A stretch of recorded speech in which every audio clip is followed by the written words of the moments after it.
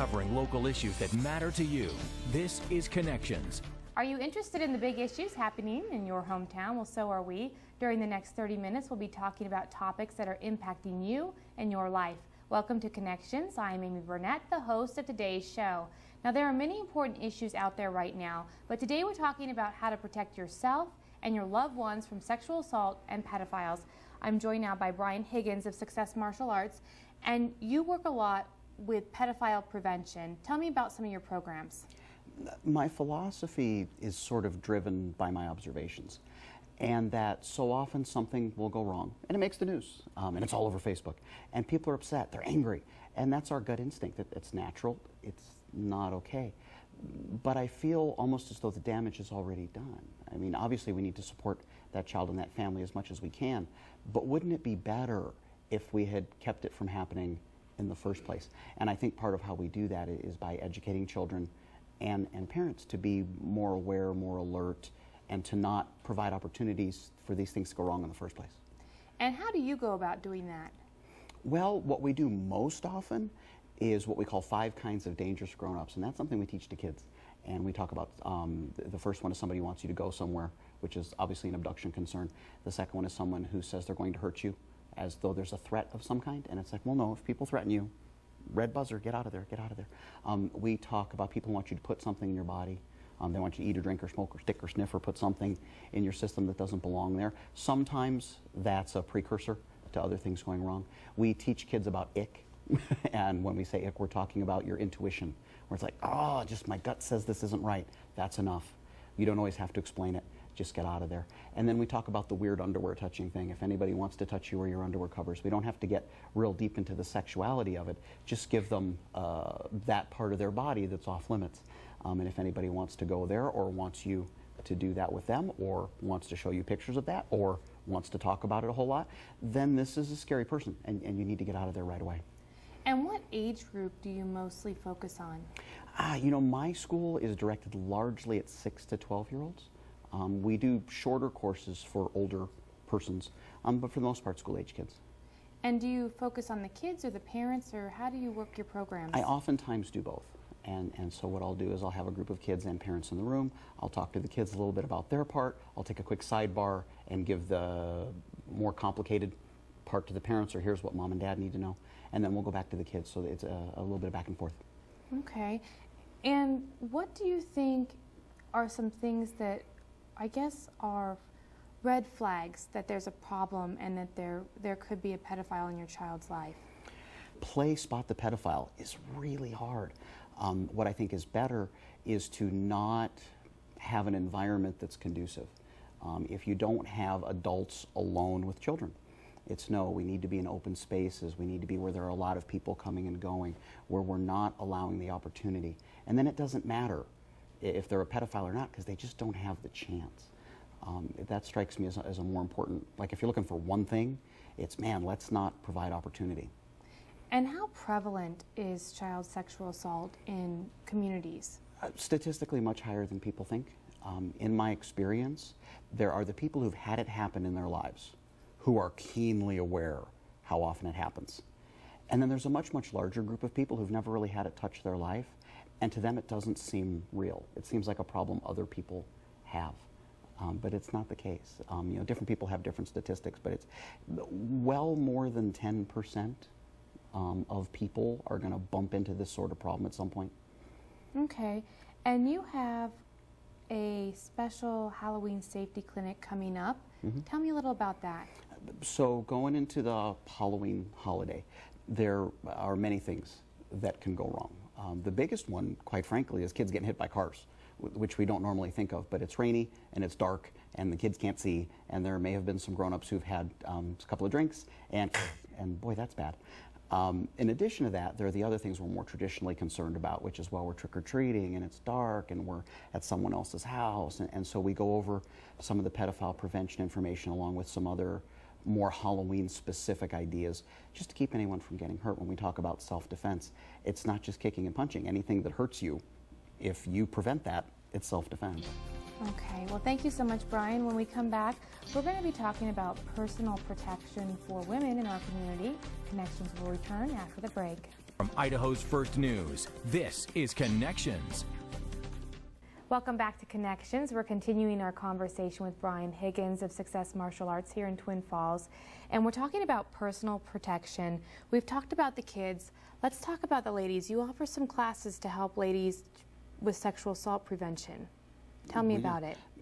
So the philosophy behind it is that so often people see me in the uniform and they think, oh, it's the karate guy, he's going to teach us moves. And if somebody grabs me, I'll do this. And if he grabs me like this, I'll do that. And what we found is when you're scared to death because you think someone's going to hurt you, you're going to forget all the cool moves. And so much of that time was wasted. And so our ladies' personal protection programs are more focused on prevention and then mindset. So that it's how do you get through that panic to be able to get your wits about you and make some better decisions to end that problem. Okay, and talk to me a little bit about how prevalent this is here in our community. You know, statistically, you're not really any safer in a rural community than you are in a more urban area. What I often hear is, well, it's Twin Falls. Oh, it's Idaho. As though violent crime doesn't happen here. And of course, we don't have very many drive-bys. But in terms of one-on-one personal assault for an individual, your odds aren't radically different. And so can it happen? Yeah. Is it better to have some skills to prevent it? Well, yeah. And what are some skills that you teach women to prevent sexual assault? You know, my first concern is just don't be where the problem is. My suspicion is that sober people don't have this problem quite as much as people who are intoxicated. And the drunker you are, the more at risk you become. And so I think staying sober is important. Assuming that you're not buying that advice because you feel drinking's worth it, some people do, then I would say staying in groups is important. Staying in areas where people can see you is important so that you can get the help if you need it. And do you teach people what to do if they are attacked? Absolutely. What we start with is really we go with your body's initial intuitions. There's an idea called a spear or a wedge, which essentially is a panic movement. If someone were to throw something at you, your hands come up. And so we just start with that. We say, okay, you're going to be here, and now let's do something about it. And then we work forward from that place. Okay. And how often do you have women taking your classes? So I try to make them available as much as possible. If there are any ladies that want to get a group together and give me a call, I try to make myself available. Usually we do it at no cost or low cost just as a service. I do about 3 a year that are preset on the calendar. We've got one coming up. I think it's the first weekend in November, and it's our Giving and Thanks Personal Protection Clinic. And all I ask is that people bring some canned goods that we can, we usually give them to Salvation Army for their food drive. So tell me, who is best suited for your classes or who usually attends? The times when we usually get the strongest turnout is we'll have the mother, oftentimes of a teenage girl. And mom's a little concerned that sometimes teenage girls are braver than they are smart and that she might put herself in a bad situation. And so mom will grab daughter, and of course teenage girls rarely do things without a friend. And so the teenage girl will grab a couple of friends who in turn will grab their mom, and then we have a little group to work with.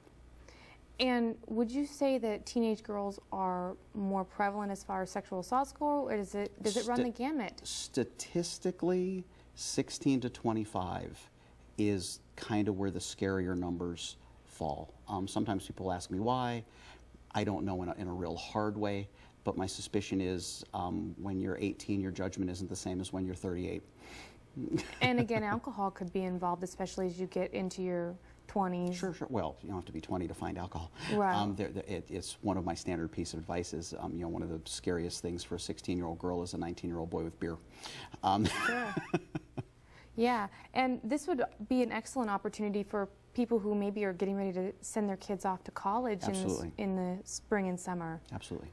Okay, so if they want to get in contact with you, we have your information here. You can get in contact with Brian at 733-8910 or at blackbeltminds.com. What other information can they find on your website? About all the rest of our programs. We have programs for sort of the whole family.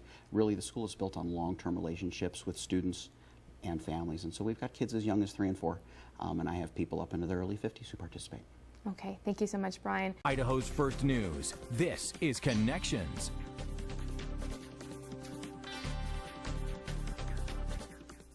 Welcome back to Connections. We're wrapping up our conversation about personal protection. Kate Woods from CSI, Brian Higgins from Success Martial Arts. You two are both very involved in sexual assault awareness and prevention. Are there any final thoughts you have? Well, I think that this is an issue for our culture, and it seems to be that our culture is ready to talk about this issue and how we prevent crime from being committed, how we prevent sexual assault in our society. And I think that's not a women's issue, that's a people's issue. And there are, I think we need people to be well prepared, and we also need to look out for one another. Yeah, I would agree. I think that these are the sort of issues that a lot of us very quickly have the ick factor. And so, we don't want to talk about that. I've given presentations on some of the pedophile concerns to other rooms full of martial artists, people who are self-defense professionals. I get about 10 minutes in, and these are grown men who start getting squeamish, like, ooh, we don't want to talk about this. And so I think, yeah, getting over the taboo and the uncomfortableness with it, that addressing the problem isn't the same as being someone who has that problem. And for us to work together on those prevention issues without being squeamish and running away, because it is uncomfortable and it is icky. And of course, if you're not comfortable talking with your kids, there are options for them. Well, yes, I think the schools do a good job of bringing up safety issues in the schools, and the media is full of information. There are some awesome resources on YouTube that if you're a parent and you're uncomfortable talking about it. And then there is the CARES program through St. Luke's. They do some excellent work too. They have their Stewards of Children program, which you can do in person or you can even do online. It costs $10. And so there are plenty of resources for people who are willing to explore. Okay, and of course they can call Success Martial Arts and find out more information from you. You're at 733-8910 or blackbeltminds.com. People on CSI, if they want more information, where can they go? Well, the counseling services at CSI is very easy to find just on our website, csi.edu/counseling will take you to our website. We have a lot of resources there about all kinds of issues that affect students while they're in school, which can be just about anything. If a person has experienced some kind of assault or any traumatic event, students are offered free counseling while they're at CSI. We also do a lot of service with the community, and so I encourage people to call if they have questions, want to get involved. All right. Thank you both so much for joining us today. We have a lot of good information that we got out there. And thank you for joining us on Connections. We'll see you next week for an all-new Connections.